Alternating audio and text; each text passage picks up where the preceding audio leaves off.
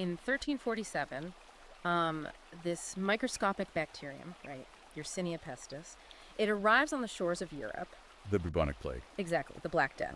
And over the next few years, it wiped out like roughly 50% of the continent's population. Which is an apocalyptic level of suffering. Yeah, unimaginable horror. But the thing is, the survivors of that, they didn't demand safe spaces. They eventually went on to build a renaissance. Right, they pushed through it. Right.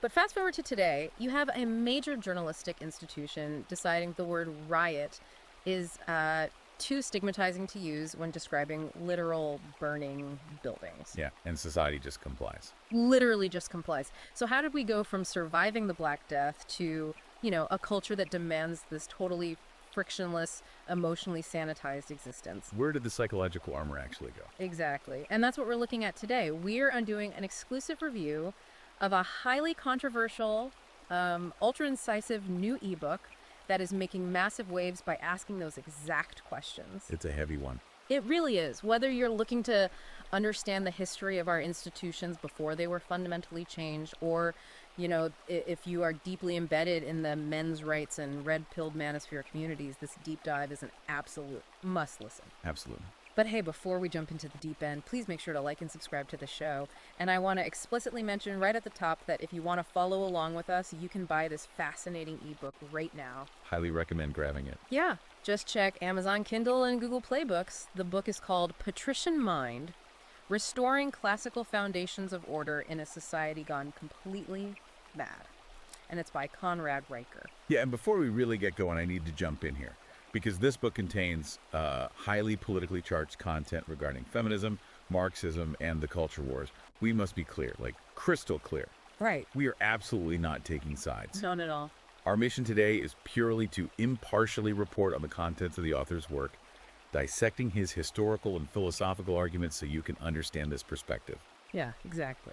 We are doing this without us endorsing the viewpoints. We're just the messengers mapping out the architecture of Riker's claims. That is the perfect framing for this. I mean, our goal is to really just deconstruct Riker's core thesis, which is, well, he's essentially arguing that classical Western foundations offer a blueprint. Right, drawing on Aristotelian logic, Yeah. Roman Stoicism, early Enlightenment thinkers. Yeah, and he views this as a psychological blueprint specifically for men to reclaim their mental bandwidth, right? Reclaiming personal sovereignty in what he characterizes as a collapsing, emotionally driven society. Collapsing is the key word for him. Totally. Reading through the initial chapters, I was trying to visualize what he actually means by this mental drain. And instead of the old cliche of, clearing malware off a slow computer. Yeah, everyone uses that one. Right, but he makes it feel more like a besieged fortress. Like the guards, our mental faculties are exhausted from constantly chasing phantom shadows in the forest outside the walls. Well, the main gates are just left wide open. Exactly. So is he basically saying our biology is fundamentally mismatched for the modern environment? That besieged fortress analogy captures his premise perfectly. I mean, Riker grounds his entire philosophy in evolutionary biology. Okay. Specifically, he focuses on the human prefrontal cortex. To really understand his argument, you have to look at the environment where our neurological hardware was forged. The Pleistocene savannah. Yes. Yeah. In that environment, the prefrontal cortex, which is the part of the brain responsible for, complex planning, decision-making, social behavior, it evolved to track a very specific set of variables. Like highly localized stuff. Exactly localized. We are talking about maybe 3 to 5 immediate existential threats at any given time. Right, like a predator hiding in the tall grass. Yeah, or a rival tribe encroaching on your territory, or just the immediate threat of starvation, finding shelter from a storm. So things you can physically interact with. Yes, the brain's threat detection system was optimized for physical realities you could see, touch, and practically respond to. Meaning there's a direct link between the threat and an actionable physical response. Like you see the lion, you run or fight. And then the loop closes. The loop closes, exactly. And that closed loop is essential. The biological stress response, so, the spike in cortisol, the rush of adrenaline, it was designed to be acute and temporary. Not constant.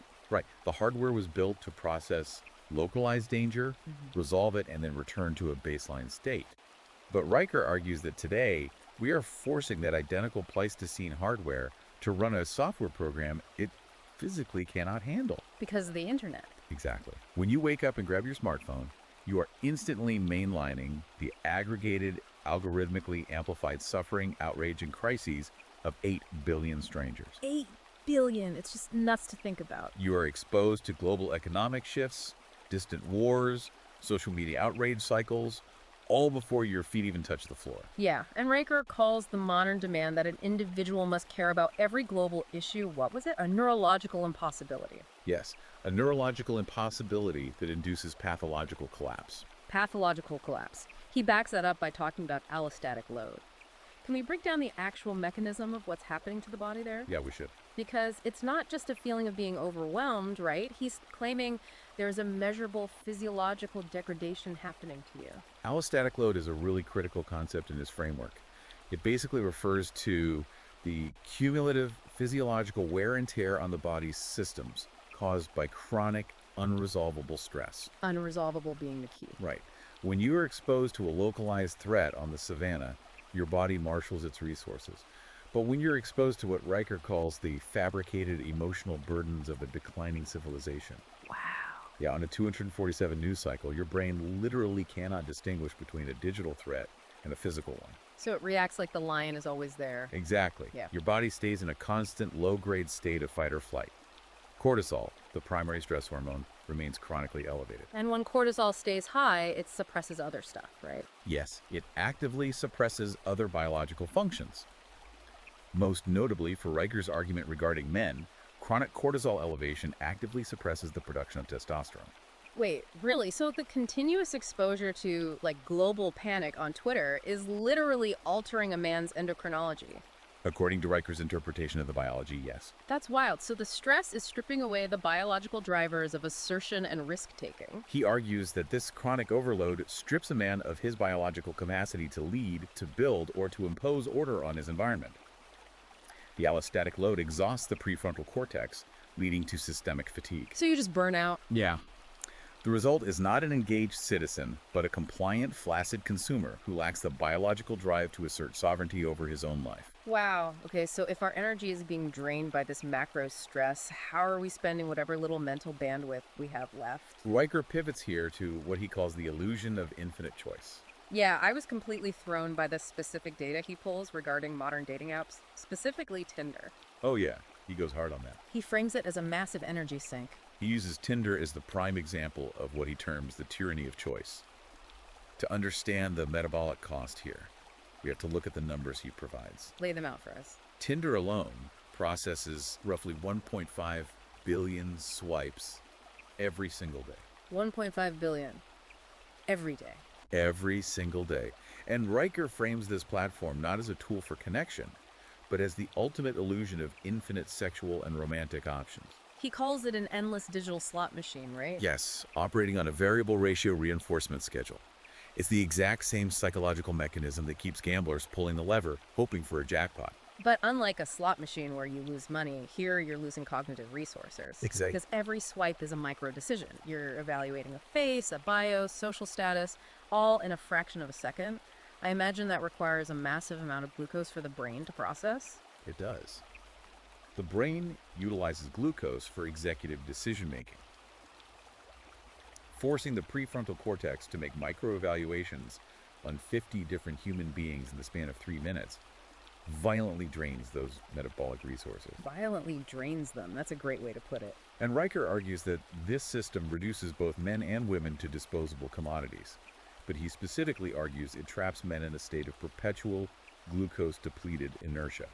And the actual sociological outcome of all this swiping, does it lead to better matches or more relationships? The measurable real-world consequence Riker cites is that marriage and long-term commitment rates have plummeted by 40% since 2013. Wait, 40% since 2013? Yeah, which is the era when these apps truly took over. He argues that the brain simply gives up under the weight of infinite options. So the abundance doesn't create satisfaction? No, it doesn't create optimization either. In Riker's framework, it creates anthropological paralysis. Anthropological paralysis. The man is so exhausted by the illusion of choice that he commits to nothing, builds nothing, and remains perpetually stalled.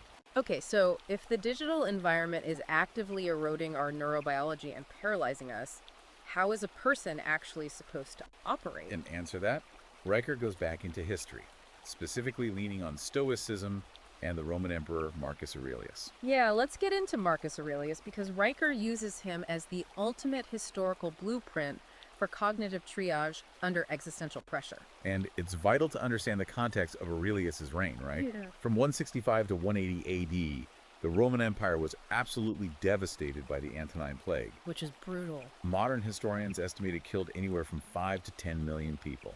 The Roman legions were decimated, the economy was in free fall. The known world was quite literally teetering on the edge of total systemic collapse. And Marcus Aurelius is the most powerful man on the planet during this time. He is the emperor. You would assume the psychological weight of millions of his citizens dying would be completely crushing. You would think so. Like the macro stress we talked about earlier should have destroyed him. But Riker points to the emperor's private journal, Meditations, which Aurelius wrote during military campaigns on the frontier while the plague raged. All right. And if you read those texts, you do not see a man paralyzed by empathy. He is not weeping for every corpse from Britannia to Syria. No. Instead, you see a man who systematically and ruthlessly shrank his focus. Aurelius excised concern for the chaotic, uncontrollable panic of the empire and focused solely on what he could directly govern. His own mind. His own mind, his immediate physical duties, and his rational response to the events unfolding in front of him. He didn't try to absorb the pain of the whole world. He just shut out the noise. Riker argues that Marcus Aurelius maintained his sanity and ruled the world precisely by shrinking his focus to what he could directly touch and command. He didn't care about everything. He triaged his empathy. Yes, to save what actually mattered. He conserved his mental glucose for the decisions that kept the empire functioning. Which brings us to the first set of actionable protocols Riker lays out for the listener. How to apply this Stoic framework today. The first one he calls the "Is this my circus?" protocol. Yeah, it's a method for cutting off that allostatic load. Right. It acts as this aggressive cognitive filter for daily life. When faced with any demand for your time, your empathy, or your political outrage, Riker instructs you to pause and ask 3 rigid questions. Okay, what are they? First, is this within my physical control? Second, does this directly affect the safety or prosperity of my family? Third, is this within my legal or professional jurisdiction? And if the answer to those is no. You discard it completely. You offer no opinion, no emotional reaction, and no mental bandwidth. Wow, just cut it off. He describes this process as crushing trivialities beneath the iron boot of rational self-interest. The iron boot of rational self-interest. Yeah.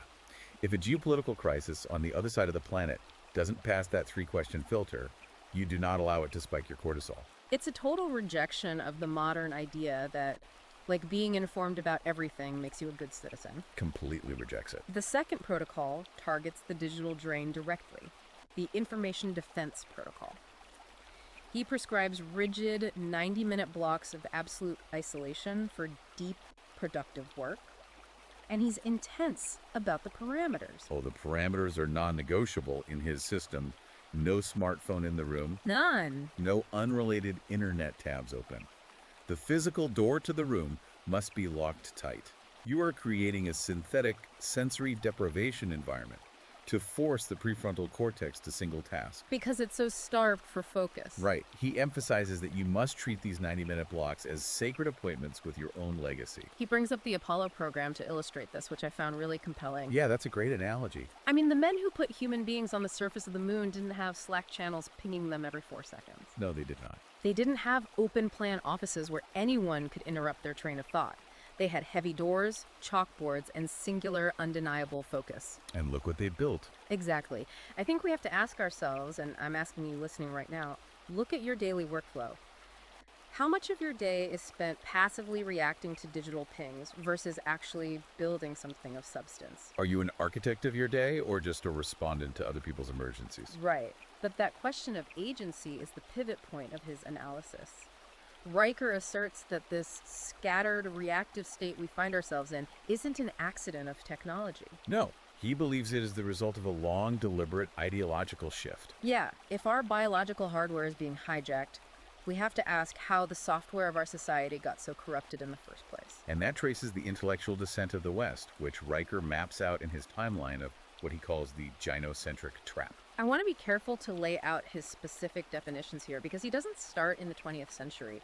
He goes all the way back to the French Enlightenment. He does. He pinpoints the year 1762 as patient zero for this intellectual pathogen. 1762 is a crucial rupture point in Riker's historical mapping. That is the year the philosopher Jean-Jacques Rousseau published a treatise on education called Emile. Okay, Emil. To understand why Riker views this as a pathogen, you have to look at the classical Western tradition that preceded it. Right, before Rousseau. Before Rousseau, classical education and philosophy rooted in Aristotle and later Christian theology generally held that human beings had a fixed biological nature. Which was often flawed, right? Yes, flawed, and it needed to be disciplined and shaped by rigid moral and rational frameworks. Right, the idea was that human nature is an objective reality you have to contend with, not something you can just invent out of thin air. Exactly. But Rousseau's Emile fundamentally broke from that classical pursuit of objective truth. Rousseau introduced the concept of the blank slate and the noble savage. The idea that we're born perfect.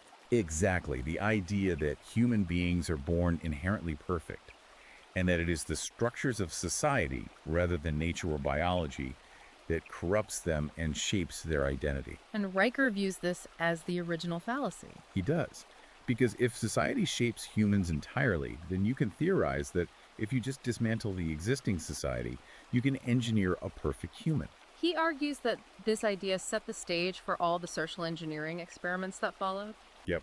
He traces that lineage forward, watching it combine with Marxist theories of class struggle and eventually morphing into modern critical theory. And this brings him to his primary target in the 20th century. The 1960s feminist movement. Specifically pointing to Betty Friedan's 1963 book, The Feminine Mystique. Riker does not mince words when discussing the feminine mystique. He describes its publication and widespread adoption as initiating the greatest historical bait and switch of the 20th century. Bait and switch. Yeah. To contextualize his claim, Friedan's book argues that the post-World War II nuclear family structure was essentially a comfortable concentration camp for women, stifling their true potential. And what is Riker's counterinterpretation of that domestic sphere? Because he strongly disagrees. In Riker's framework, the traditional domestic sphere was not a prison, but rather the essential crucible of Western civilizational stability. Okay. He argues that Friedan's text functioned as a psychological wedge that convinced millions of women to abandon the patriarchal family structure. He claims it severed women from their biological imperative of family building. Yes, child rearing, convincing them to exchange the sovereignty of the home for what he terms the empty mechanistic drudgery of corporate wage slavery. Wow. So he's arguing that the pursuit of domestic tranquility and family legacy was replaced by a capitalistic hamster wheel. And sold to the public under the guise of empowerment. But how did this philosophy completely capture academia and our modern institutions? Like, why didn't the traditional frameworks hold their ground? Riker places the blame for institutional capture on a philosophical tool called standpoint epistemology. Okay, standpoint epistemology. This is a postmodern academic concept asserting that objective truth simply does not exist. So there are no facts. Right. Instead, it posits that truth is entirely subjective and is inextricably linked to the power dynamics and victimhood status of the speaker. Ah. Under this framework, lived experience, specifically the lived experience of marginalized groups, overrides empirical data. Meaning you can't challenge an argument with data if the person making the argument claims a higher status of historical oppression. Exactly. He literally refers to modern HR departments, diversity boards, and academia as a citation cartel. He uses that term deliberately. I mean, a cartel controls a market. Yep. Riker claims these institutions operate as an incestuous echo chamber. They just cite each other. Yes, they write papers citing each other's subjective theories, creating a closed loop of academic validation without ever anchoring their research in measurable, empirical, or biological reality. Wow. By bypassing Aristotelian logic and the scientific method, they can enforce policies based purely on ideology. But eventually, ideology has to crash into the physical world, right? It always does. To illustrate what happens when these socially constructed theories collide with objective biological reality, Riker unpacks a very specific, extensive data point. The Swedish gender-neutral preschool experiment. Yes. I want to walk through the mechanics of this because it's a profound case study in social engineering. What exactly did the Swedish state attempt to do? The timeline spans a couple of decades. Starting around 1998, Sweden began implementing a radical gender-neutral preschool curriculum. Okay. And by 2018, they had expanded it aggressively with significant state funding.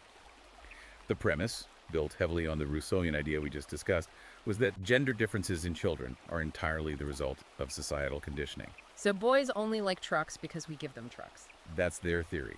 Therefore, the state attempted to forcefully redirect children's natural inclinations. Wait, isn't the standard counter-argument there that gender roles are mostly just socialization?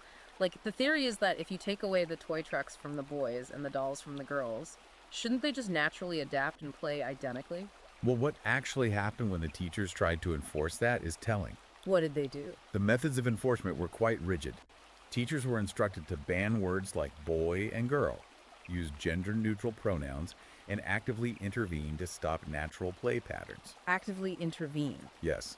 For instance, they would interrupt boys who engaged in natural, boisterous rough-and-tumble play, forcing them to sit quietly and engage in cooperative, passive activities. Riker refers to this as forcing boys into female-coded modes of being, right? Yes, an attempt to legislate away millions of years of sexually dimorphic biological development. And the biological pushback from the children, what did the researchers actually record? Because you can't just legislate biology away. By 2019, researchers at Uppsala University, alongside other child psychologists observing the cohort, began publishing data that demonstrated the catastrophic failure of this social engineering. Catastrophic failure. The study showed that forcing children into this artificially flattened, gender-neutral environment did not create harmony. What did it create? It caused severe psychological stress, anxiety, and confusion, particularly in the boys. Observers noted spikes in cortisol and behavioral acting out because the boys were being systemically punished for their natural biological impulses. Wow. Riker uses this vast social experiment to argue a core tenet of his philosophy.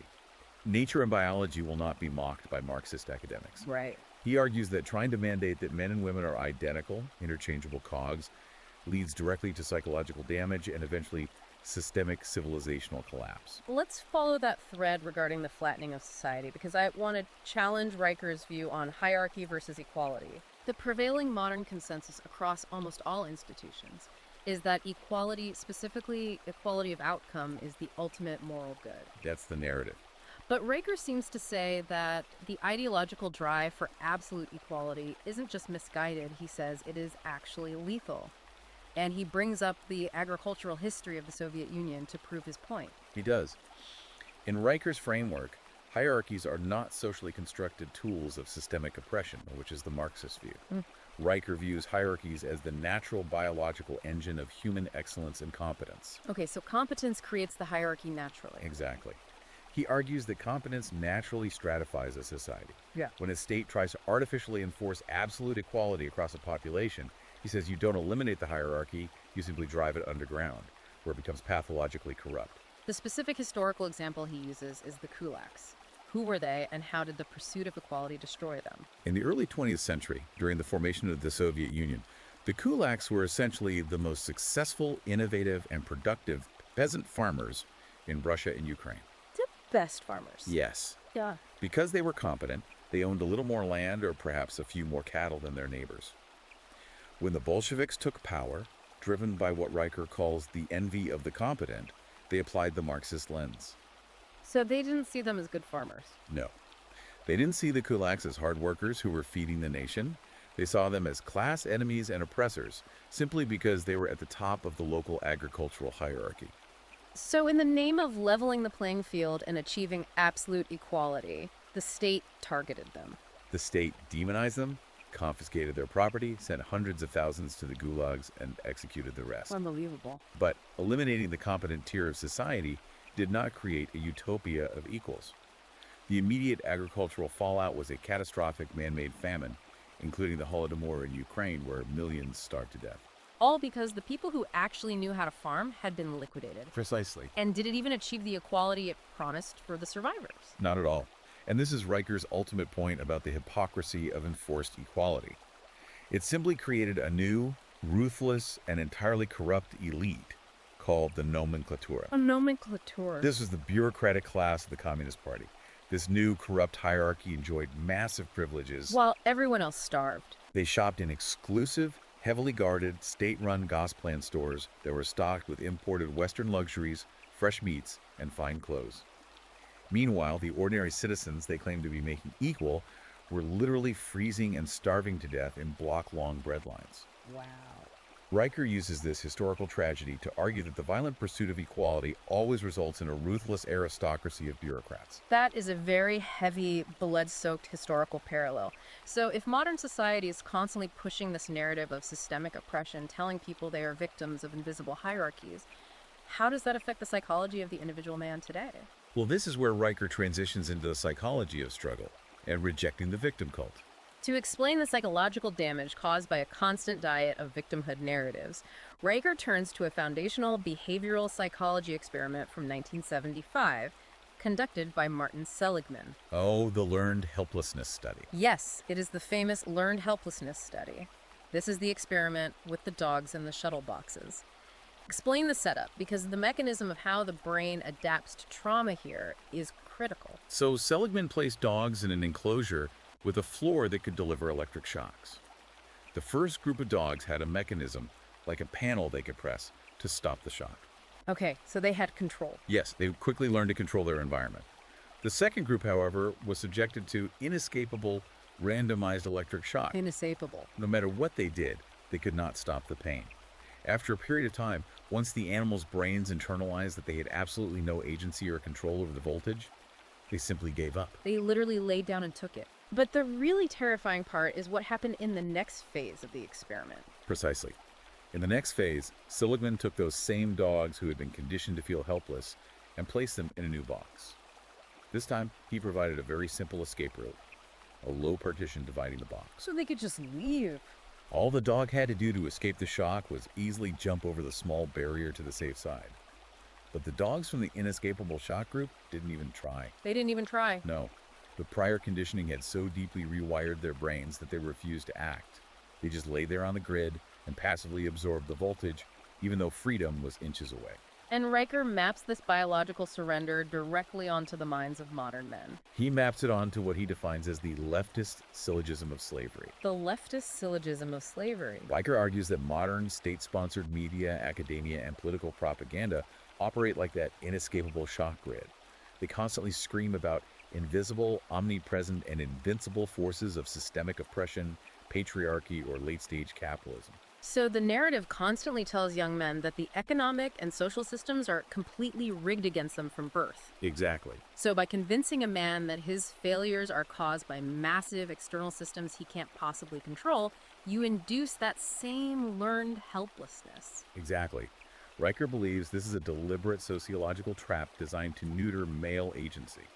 If you convince a demographic that effort is futile because the game is rigged, they stop trying to jump the fence. They just lie on the grid. They surrender their ambitions, retreat into digital escapism, and ultimately they just complain and beg the state for equity and intervention. It's literally a mechanism to make people accept the shock. And Riker contrasts this modern fragility, this intense desire for safe spaces and trigger warnings, with how humans historically handled real, objective adversity. He points out that the modern cultural imperative demands a frictionless existence.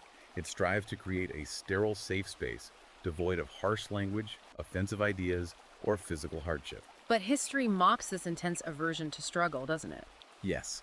Riker brings us back to the arrival of the Yersinia pestis bacterium in Europe in 1347.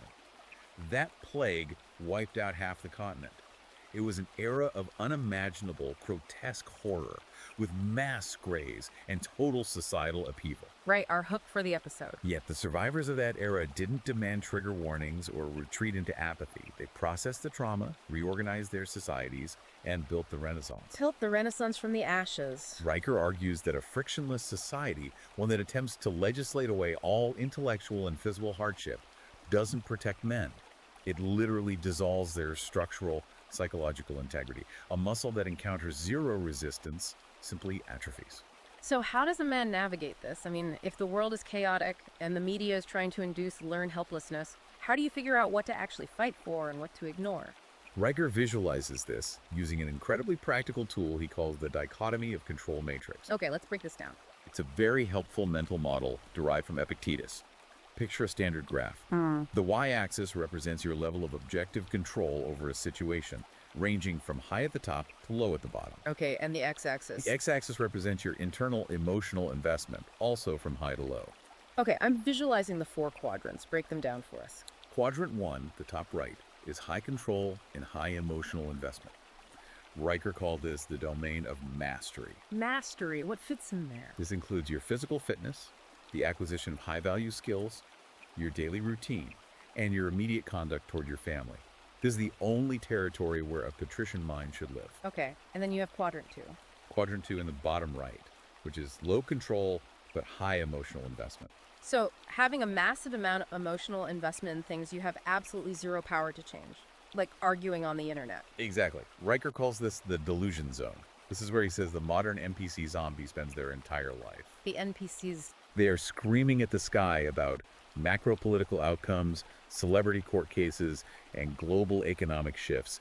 They have zero tangible power to influence. Because they invest all their limited cognitive energy outside their jurisdiction. Yes. They have no glucose or willpower left for the territory they actually govern, leaving their own lives in shambles. To make the mechanics of this even clearer, he uses a poker analogy, contrasting it with chess. Because a lot of people think of life strategy like chess, right? They do. You analyze the board, make a move, and there is a deterministic outcome. But Riker says life is absolutely not chess. Life is high-stakes poker. The distinction is vital.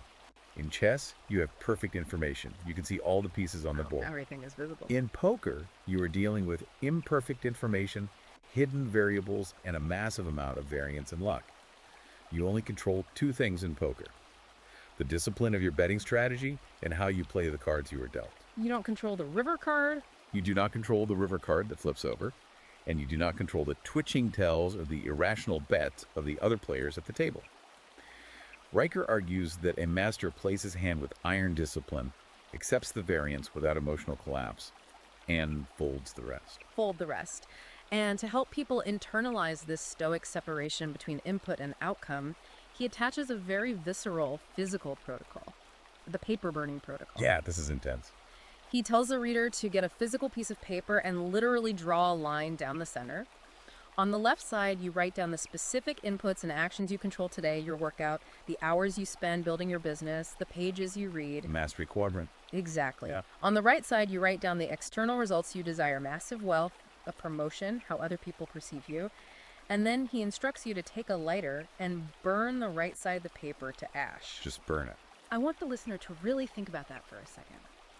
Think about the liberating psychological release of watching your uncontrollable anxieties, the need for external validation, literally turn to ash, leaving you holding only the inputs you actually command. That physical act of destruction provides a tactile reinforcement of a mental boundary, which perfectly transitions into Riker's fourth major concept. The power of boundaries and what he calls the NPC phenomenon. Yes. This might be where he uses his most aggressive metaphor in the entire book. When discussing boundaries, he says a man without them is like a public restroom. It's a jarring image, but it sticks in your head. It really does. It's incredibly provocative. It is intentionally provocative, but the underlying psychological point is profound. A public restroom is open to anyone, used by everyone, and respected by no one. Wow. His point is clear. If you are completely accessible, if you consume every piece of media placed in front of you, and if you do not define a rigid intellectual border, you are utterly devoid of psychological sovereignty. They're just open. He argues that if you don't aggressively define your mental perimeter, the ideological mob simply walks in, sets up camp, and rewrites your operating system. And this complete lack of a perimeter is what creates the NPC phenomenon, non-playable characters. He borrows this from video game culture. How does he define an NPC in the real world? Riker defines an NPC as a human being who has effectively lost or surrendered their internal monologue. Because they have built no mental walls or filters. Exactly. Ideological possession spreads through them like a viral contagion. They do not arrive at conclusions through independent Aristotelian logic. They simply download the latest software update from the media or academia. Like a hive mind. They operate as a synchronized hive mind, their vocabulary limited to approved buzzwords, and their outrage perfectly artificially synchronized. He provides a crazy real-world example of this kind of synchronized top-down linguistic programming. He points to the June 2020 AP Style Book Directive. Let's look at the mechanics of how language rewires perception here. That directive was a pivotal moment for Riker's analysis of institutional capture. The AP Style Book. The Associated Press Style Book essentially dictates the grammar, vocabulary, and framing for the vast majority of American institutional media. In June 2020, amidst widespread civil unrest, the AP issued a directive instructing journalists to avoid using the word riot. Wait, avoid using the word riot. Yes, the justification provided was that the word riot suggests uncontrolled chaos and stigmatizes the events. Even when the events being covered involve buildings literally burning to the ground and widespread looting, you can see the flames on the camera, but the reporter is forbidden from calling it a riot. Exactly. Riker views this as a blatant attempt to use linguistic manipulation to override visual objective reality. If they control the language, they control the reality. If an institution can control the vocabulary you are allowed to use, they control the perimeter of acceptable thought. If you cannot name the chaos, you cannot mentally process or defend against it. So, what is the historical counterexample to this borderless, manipulated chaos? How did classical leaders establish boundaries? He points to Rome again, specifically the logistical and psychological triumph of Emperor Hadrian. In the year 122 AD, the Roman Emperor Hadrian stood at the absolute northern edge of the known civilized world in Britannia. Right. Instead of trying to endlessly push the borders into the chaotic wilderness, he ordered the construction of a 73-mile-long, heavily fortified stone wall across the entire width of the island. Building that in 122 AD is a staggering logistical achievement. But Riker isn't just impressed by the masonry. He's focused on the psychological impact of the wall. Riker emphasizes that Hadrian didn't build the wall to prevent all interaction or trade. He built it to definitively establish exactly where Rome ended and barbarism began. A psychological boundary. It was a physical manifestation of a psychological boundary. The Romans inside the wall knew exactly what laws governed them, and they knew the chaos stayed on the other side. They're on the wilderness. That single brilliant act of civilizational boundary setting secured 300 years of internal stability for that sector of the empire. Riker demands that modern men must build a mental Hadrian's Wall. A mental Hadrian's Wall. And he gives us the Hadrian Protocol to execute that in our own lives. It is ruthlessly practical. Extremely practical. You audit your social circle, identify the 3 people in your life who drain your energy the most, the chronic complainers, the emotional vampires, and you limit your engagement with them to exactly 15 minutes per interaction. Just 15 minutes. You craft a polite, robotic script to exit the conversation, you state your limit, and you enforce the border. He argues it's not cruelty, it is necessary psychological architecture. He pairs that defensive strategy with an offensive intellectual test called the mirror neuron defense. Okay, what is that? Because Riker believes ideological possession is a communicable disease spread through emotional contagion and linguistic repetition, he challenges the reader to test the structural integrity of their own intellectual sovereignty. This is the 30-minute challenge. I tried this, and it is incredibly difficult. The protocol is simple but agonizing. You locate the most formidable, articulate opponent of your strongest political or philosophical conviction. The person you disagree with most. You sit down, and you spend 30 uninterrupted minutes reading or listening to their argument without muttering a single internal rebuttal. You do not construct counter-arguments in your head. You just absorb their logic. That is so hard to do. Riker argues that if you cannot articulate your opponent's position persuasively enough to convince a neutral observer that you believe it, then you don't actually understand the debate. You're just parroting. If you can only parrot your side's talking points, you're just an NPC in someone else's script. That is a brutal mirror to hold up. If you can't state the enemy's case, your own case is weak. Okay, so in Riker's framework, we've built the walls, we've shut out the noise, and we've audited our intellectual honesty. In the next section, the focus shifts entirely to the micro level. Finding meaning in the mundane and systemic self-governance. Yes. This transition is where Riker connects the philosophical to the biological.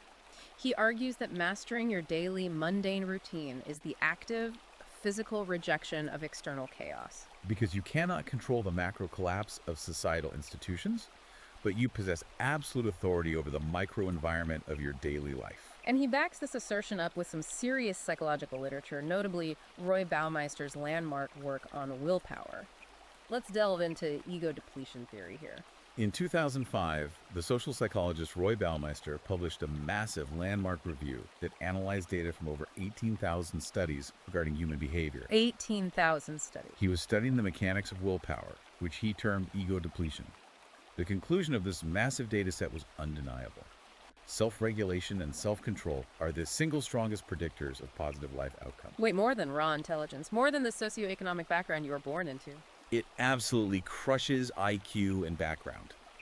A highly intelligent person with no self-regulation will consistently fail, while a person of average intelligence with immense self-control can systematically build an empire. That is fascinating. Riker uses Baumeister's data to prove that the Patrician mind isn't something you were born with. It is built through the relentless friction of systematic self-governance.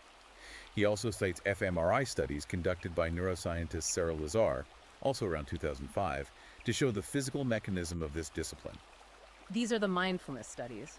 But Riker strips away any of the mystical yoga retreat connotations usually associated with mindfulness. What did the fMRI scans actually reveal about the brain structure?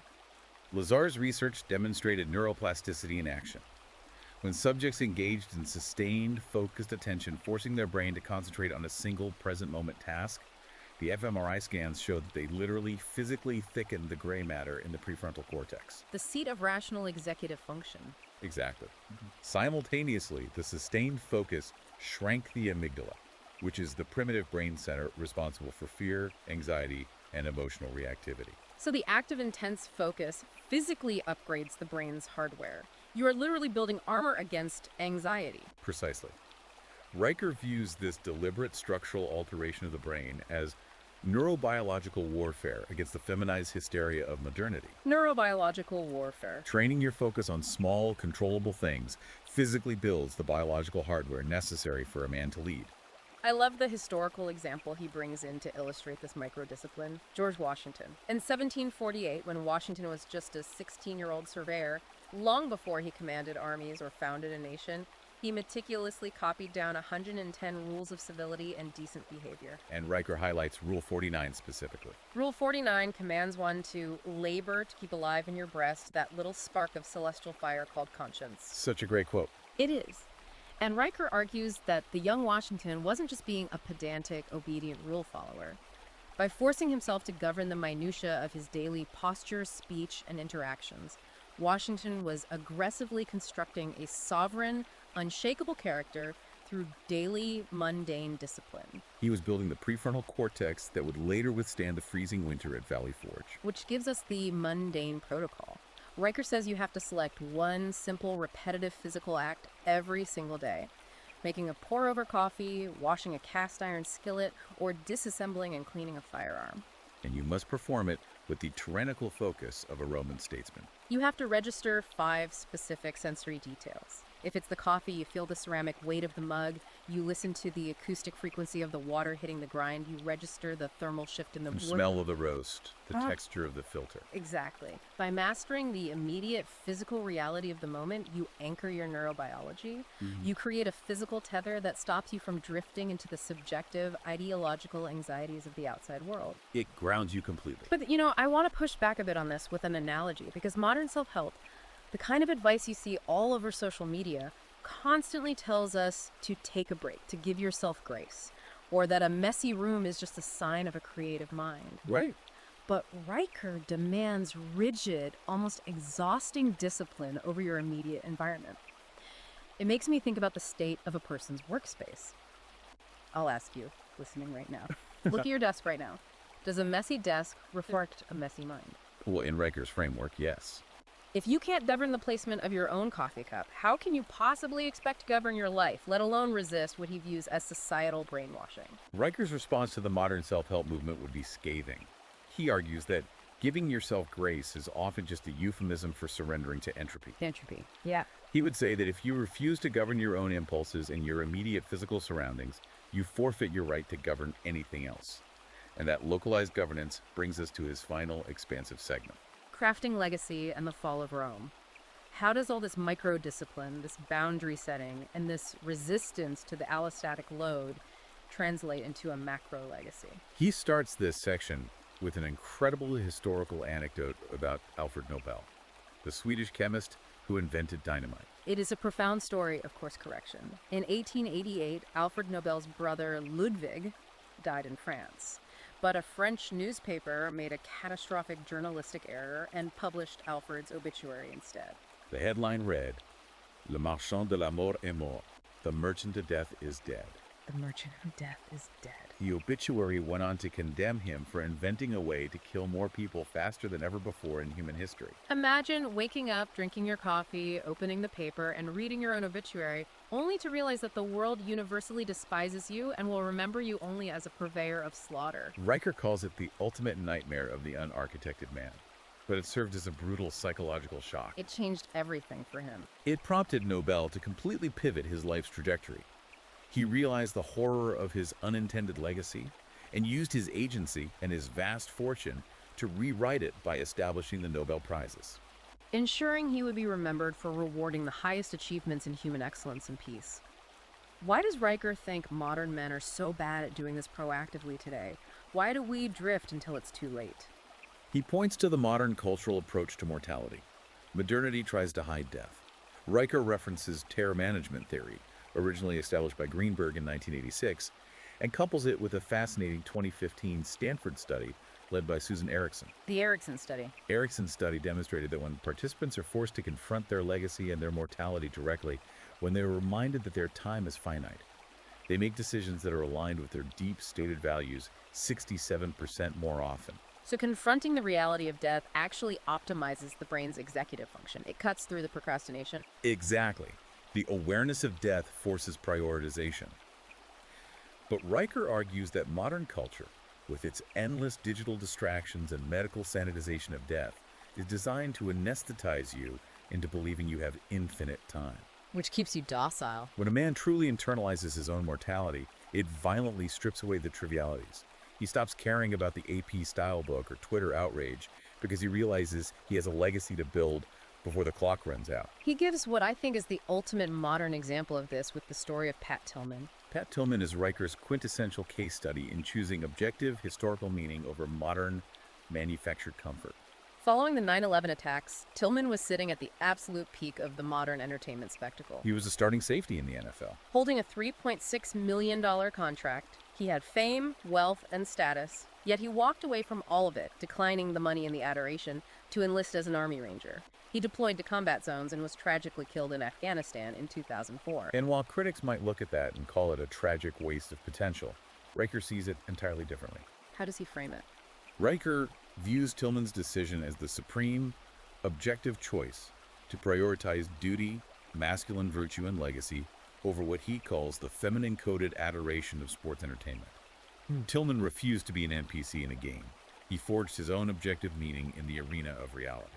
It is the ultimate embodiment of Theodore Roosevelt's famous 1910 Man in the Arena speech delivered in Paris.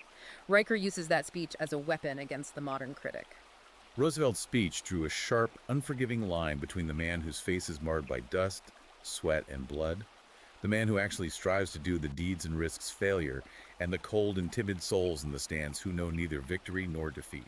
And Riker identifies those cheering, jeering mobs in the stands as the exact prototype of today's ideological critic. Yes. These are the people who cower on the sidelines of social media, demanding you apologize for your ambition and tearing down historical monuments precisely because they are utterly incapable of achieving greatness themselves. And if the men capable of building don't return to the arena and ignore the critics, Riker warns we are facing an inevitable civilizational collapse. He draws a direct historical parallel to the year 410 AD. 410 AD marks the sack of Rome by King Alaric and the Visigoths. It was a moment of absolute, terrifying failure of internal order. But Riker points out that the walls weren't breached by superior barbarian technology. The city gates were opened from the inside. Opened from the inside. Riker claims Rome collapsed because its leaders and men had long since abandoned stoic pragmatism and military discipline for a gynocentric obsession with bread, circuses, and political appeasement. He literally says we are living through a second sack of Rome, an institutional collapse orchestrated by subjective moral relativism and the rejection of objective competence. And in the traumatic wake of that original sack, the philosopher Augustine of Hippo wrote his masterpiece, The City of God, in 426 AD. Augustine offered a masterclass in how to navigate the ruins of a dying world without being consumed by its hysteria. Which is exactly what Riker is trying to do here. Riker's ultimate message is that modern men must adopt this Augustinian mindset. They must act as the Stoic architects of the future, preserving the classical foundations of order amidst the current cultural ruins. Which brings us to his final and perhaps most intense protocol, the Nobel audit. Riker challenges the reader to ruthlessly audit their last 12 months of existence.